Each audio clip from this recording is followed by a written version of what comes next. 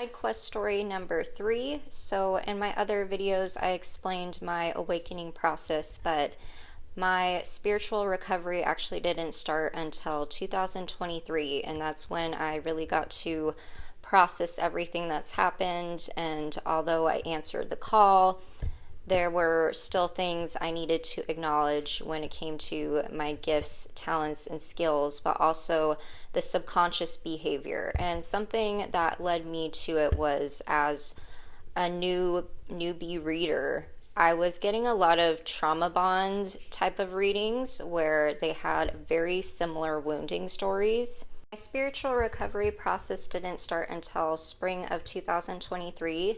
And that's when I put myself into an Al-Anon group for emotional codependency. And a lot of the times when I mention Al-Anon to people, they assume it's AA, Alcoholics Anonymous, but it's actually on the opposite side of the spectrum. So it's family, friends, and loved ones that have an alcoholic or substance addict in their sphere of any kind. And it took me years to acknowledge this part of myself and how deep this wound was for me, like stemming from childhood, and I could see how it affected my teen years, and even to this day, like it's a forever disease. I really struggled with myelin and things, and how I got myself into toxic or abusive patterns with other people. And my longest relationship, it took me twice as long to get away from.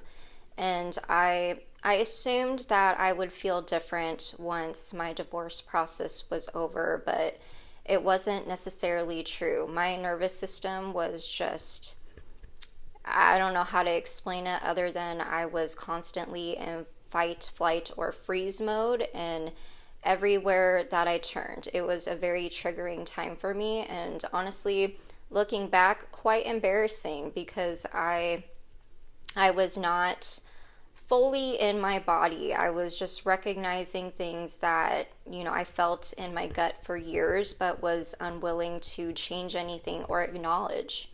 Looking back as a reader now, I realized that it was such an important process for me, especially as a reader. And energy attracts energy, and I was attracting these people with similar backgrounds and trauma stories, and I wanted to make sure that I was unbiased and accurate as possible. So one of the steps that you take in Al-Anon is first admitting that we are powerless against alcohol. And that was something that was hard for me to grasp. And I think a lot of it had to do with assuming that I wasn't part of the problem at all because I wasn't consuming whatever was causing the issue, and not realizing that I'm an enabler and that I have people-pleasing tendencies, all which directly lead to codependency. Number 1, we admitted we are powerless over alcohol, that our lives have become unmanageable. I was in extreme denial of how my life became unmanageable. And it wasn't until about 4 years into my divorce and separation process that I realized that I created my whole life around someone else's issues and other people's pain instead of focusing on my life.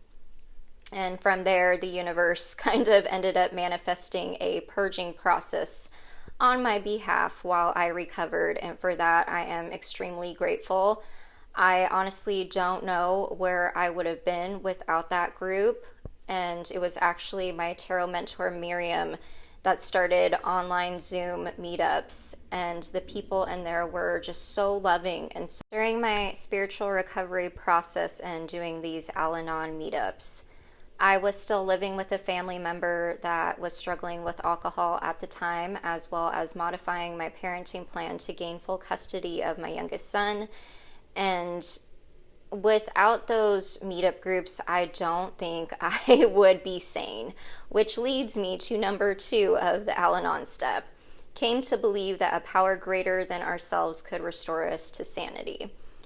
That I believe to be so true because as an emotional codependent, it is very easy to get in your ego and think that you can help this situation, that you can control the outcome, that we have some kind of magical superpower where it takes away someone else's free will to make that choice for themselves. It actually wasn't until I started reading Al-Anon books recommended by the Al-Anon group that I was in. And they have a website for it where they have the same list of books, and it is free. So if this story resonates with you, I highly recommend keep watching because I have a stack of books next to me and I found them extremely useful. So some of the phrases that we say in Al-Anon is just for today. And I found as an emotional codependent, I can actually be quite anxious, especially when it comes to catering to other people's problems. And so I would constantly tell myself, just for today, we have everything that we need. I think we all just naturally assume that we're good at relationships, right? Until at some point when relationships and connections and intimacy building starts to come into the picture, then we start to react and we don't know where it's coming from. I found that very much to be true when I was uncovering these subconscious patterns in myself through the Al-Anon group. Another Al-Anon saying I like to use is take a knee. Now, when it comes to relationships, connections of any kind, it was very enlightening for me to use this phrase and apply it to my daily life. Now, everyone that you meet is a mirror to you in some way. And if you look at it from that lens, it really dismantles your ego. It humbles you. It makes you realize that there's actually something to learn from each person that you meet, and each person that you meet has a piece of you in some way.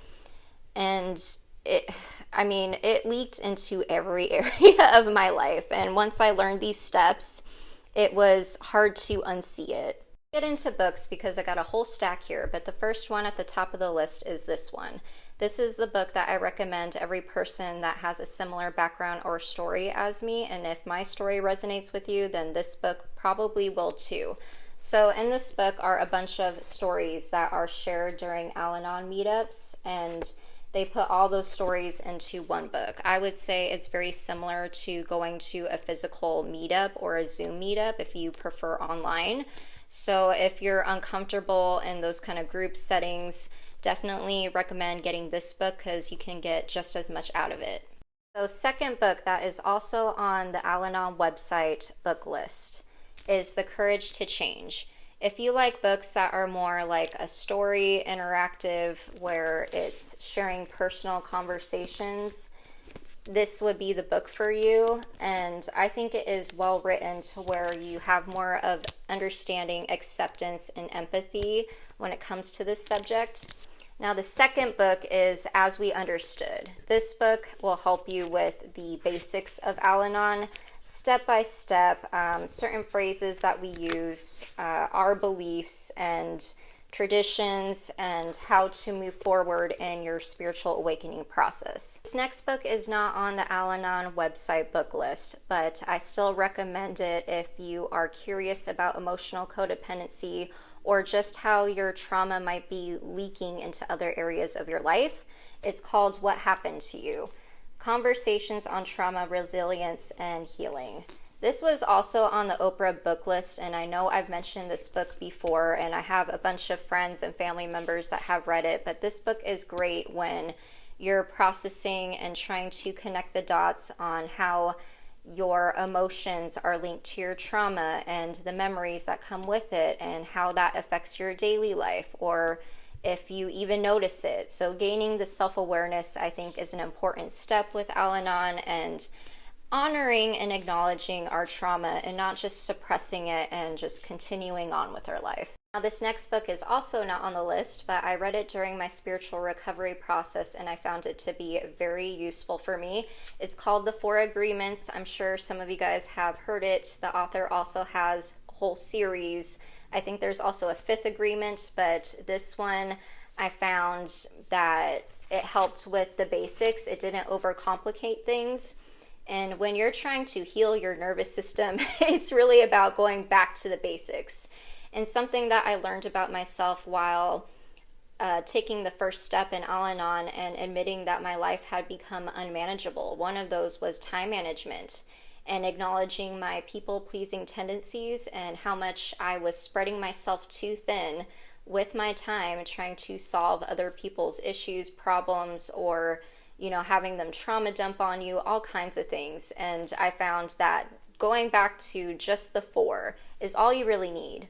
This is officially my 12th Al-Anon step, which is having had a spiritual awakening as the result of these steps. We tried to carry this message to others and to practice these principles in all our affairs.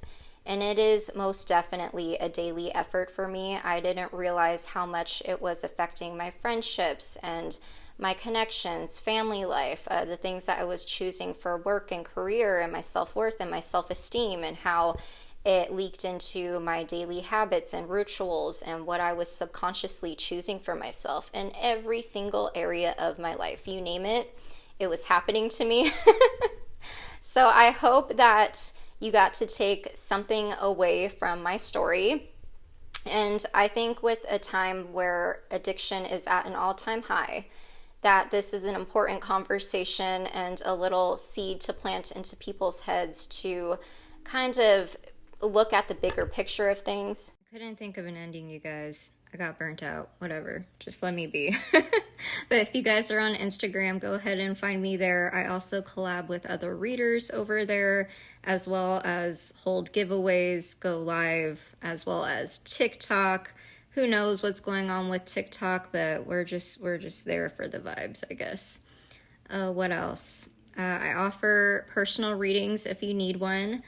I have emailed readings if you like written readings. I also do pre-recorded video where I send you a private YouTube link that you can keep forever and rewatch, which I highly recommend to all my clients. And I also offer virtual calls. Those are 30-minute sessions. Those are great for people that have a hard time figuring out what question to ask, or they like to clarify as we go. I have an intuitive coaching program that is 3 emailed readings a month for 6 months, including coaching and mentorship with me, where we help strengthen your inner discernment, because it is my belief that everybody is born with intuition, but I wish I had a coach or a mentor earlier than I did. I went through, the dark night of the soul, so to speak, quite a few times by myself before I found Miriam. So I use birth chart methods. If you don't know your birth time, that's okay. We can use just the cards. And I walk you through it. You'll learn probably a little tarot and astrology just naturally if we work together. So hopefully this resonates with you. Until next time, bye.